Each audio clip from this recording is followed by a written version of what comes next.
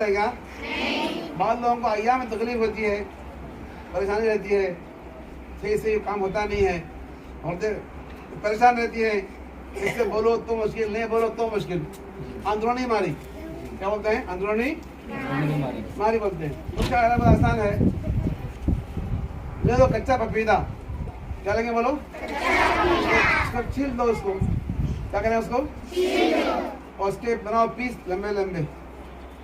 एक ले लो डिब्बा प्लास्टिक का, है ना, या शीशे का मर्तबान, डाल दो थोड़ा नमक, डाल दो उसमें पपीते के टुकड़े। बोलो ना, कहाँ डालेंगे?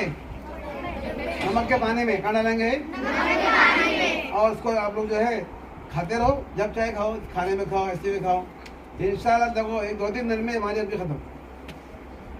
अंदरूनी बीमारी देखिए